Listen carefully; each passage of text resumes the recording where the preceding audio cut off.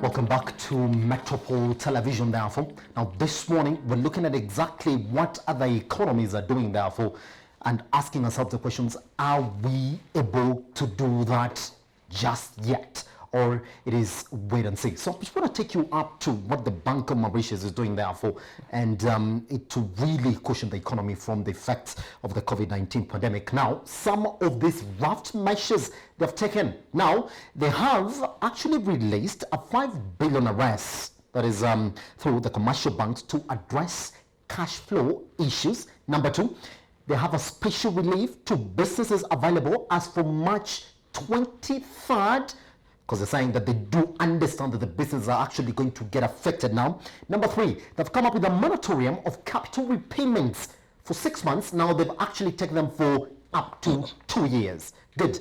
Cash reserve ratio, that is from commercial banks, it's gone from 9% to 8%. Now, that is the first part of these rough measures that they've actually taken. Is it possible now?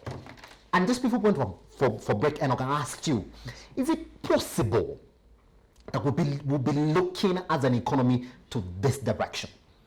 Because I mean, it looks like it's headed there. It has to head there now. Yes. Yes. This is not too much to ask from our central bank. It's Yes. not too much to ask from the government. Yes. Because away from several press releases and press statements, Yes. we want action, things that we can be able to fully relate with and can give us confidence. And if the central bank had come up with such measures, Kenyans will be very positive now, even without having to dig deep and understand Yes. how this is going to affect them. Yes. They will have instilled a bit of confidence in Kenyans so that people can be able to comfortably say, we can stay away from work, we know our businesses won't collapse. You see, if well, especially the issue of the moratorium on loans, Yes. that's very critical because most of these organizations, people work hard to repay their loans. The reason why you really have to work hard is because you have loan repayments, Yes. either business or personal. If you get that kind of moratorium, that gives you breathing space.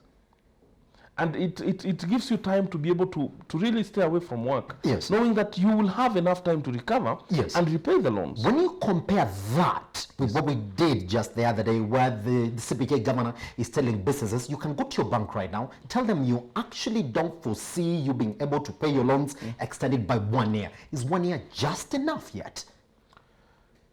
Well, okay, 6 months is actually enough because we expect from the analysis is that these issues of COVID will probably take up to 3 months. Yes. So by May or June, we'll be back running as an economy. So people don't need a lot of time.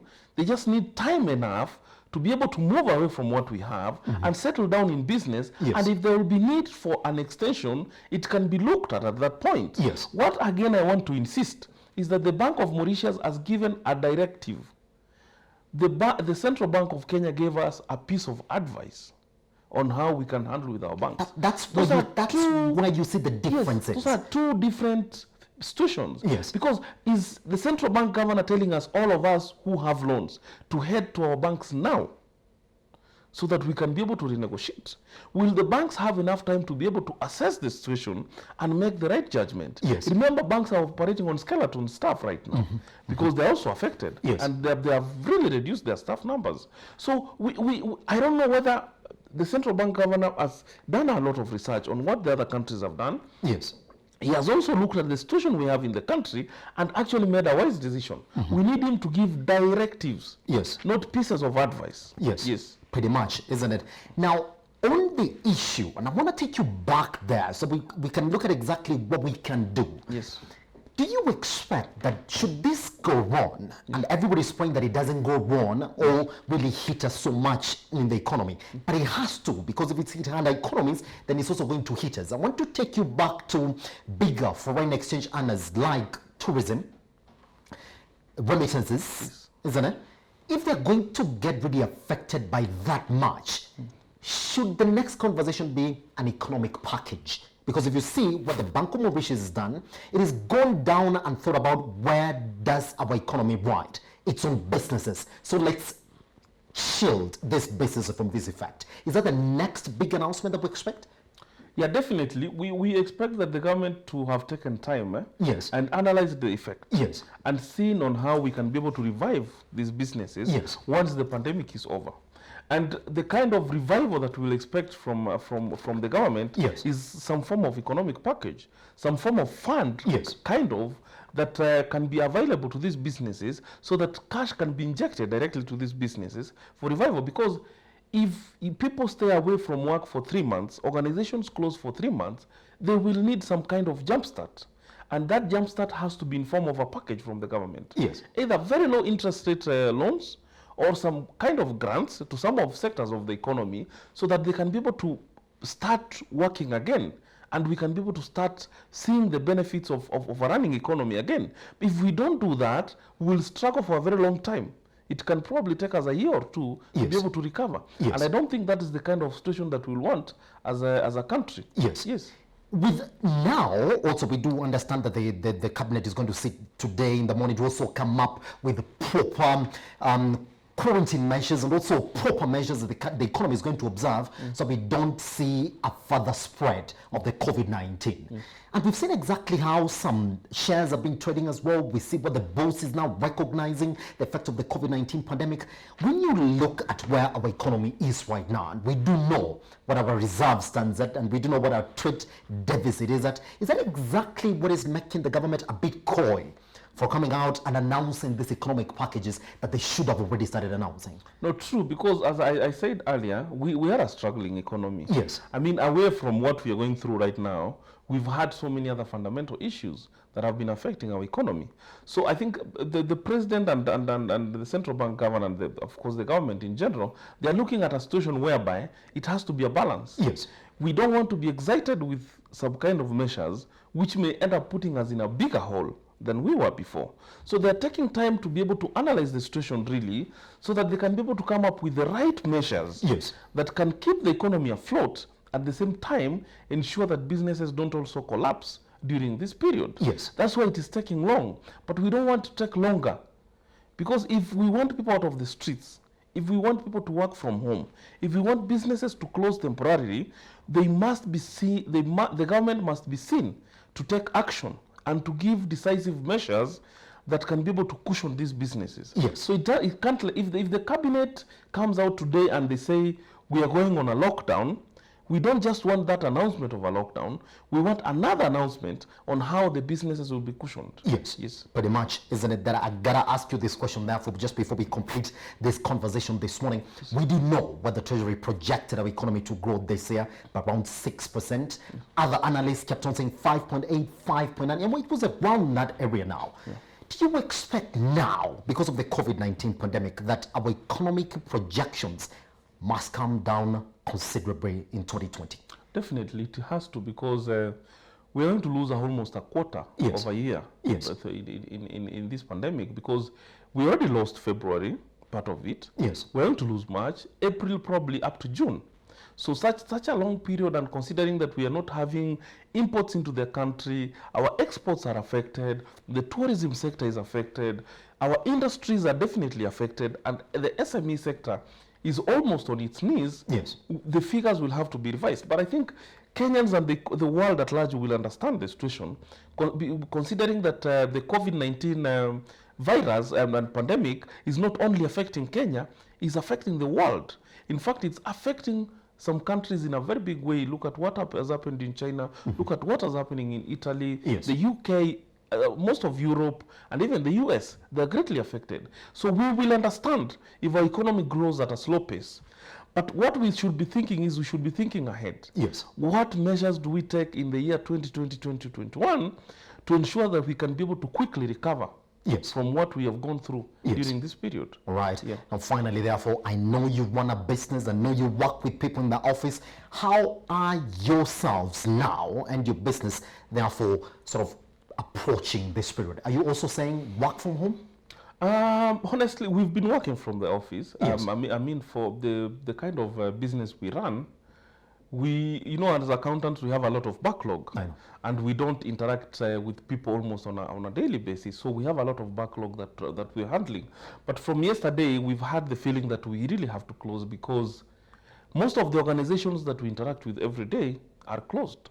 Even the Kenya Revenue Authority, they are almost now maintaining safe distance when it comes to interacting with the taxpayers. And it gets to a point when you feel like you cannot be able to continue fighting, just stay at home. Yes. Because the risks are very high. I mean, I took a taxi yesterday from the house to the office, and as I got into the taxi, I started asking myself, what if this guy had carried someone from the airport? Because that's the question, isn't What it? if the last person who was in this taxi already has the virus? Those are the issues that were coming. And when you imagine that your employees are using matatus, they have to go and eat in the food joints in town. Yes. They have to walk all the way home, and with the kind of push we have in the bus stops, you again feel that something has to happen and we have to work from home. But then again, we also want the directive to come from the government, because naturally, Kenyans like when they're being pushed out of the streets.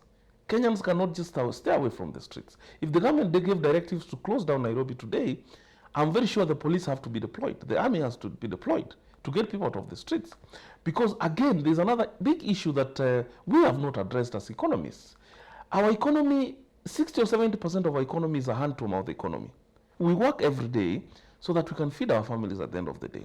That is the biggest challenge we have. That some of us can be able to restock our fridges. Some people don't even have a fridge.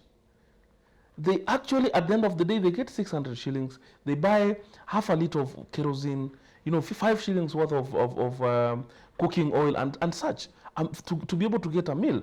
If you say you're putting the economy under lockdown, how do you expect these people to feed their families? Yes. So we may end up in a situation whereby we'll experience more deaths from hunger, for example, than from this virus. Estates do not have water. We rely on water vendors to get water. So as the government shouts all over that people have to keep on washing their hands, with which water?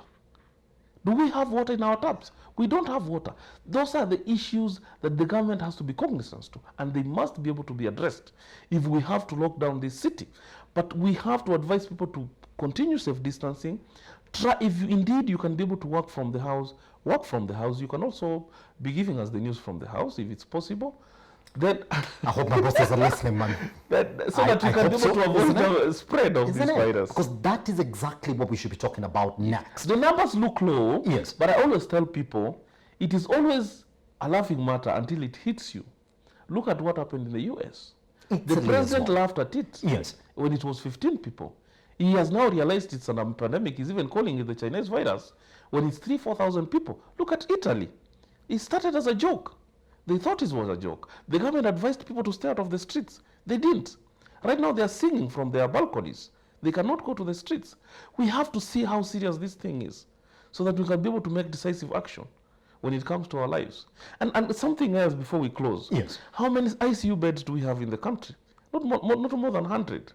And I can tell you today, Kiage, if I told you to go out and get me an ICU bed today, you will not find one because they are full. If this pandemic expands to 3,000 or 5,000 people and we are in need of ICU beds, we are in need of Medicare, we will not survive because our public health system collapsed a long time ago. It is nothing. It's just a skeleton existing. Our doctors will not be able to handle. That's why you saw in Kakamega, when a patient was brought in with symptoms of COVID, the whole medical staff ran away from the hospital because they don't know what they're supposed to do when they receive such a case. It is bad.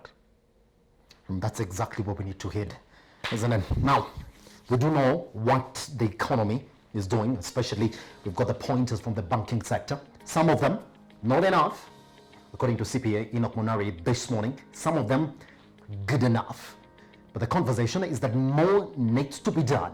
Okay, now, once we come back from this break, therefore, we're going to compare the effects of SARS and the COVID-19 pandemic. What do we expect, number one, in our healthcare system? And we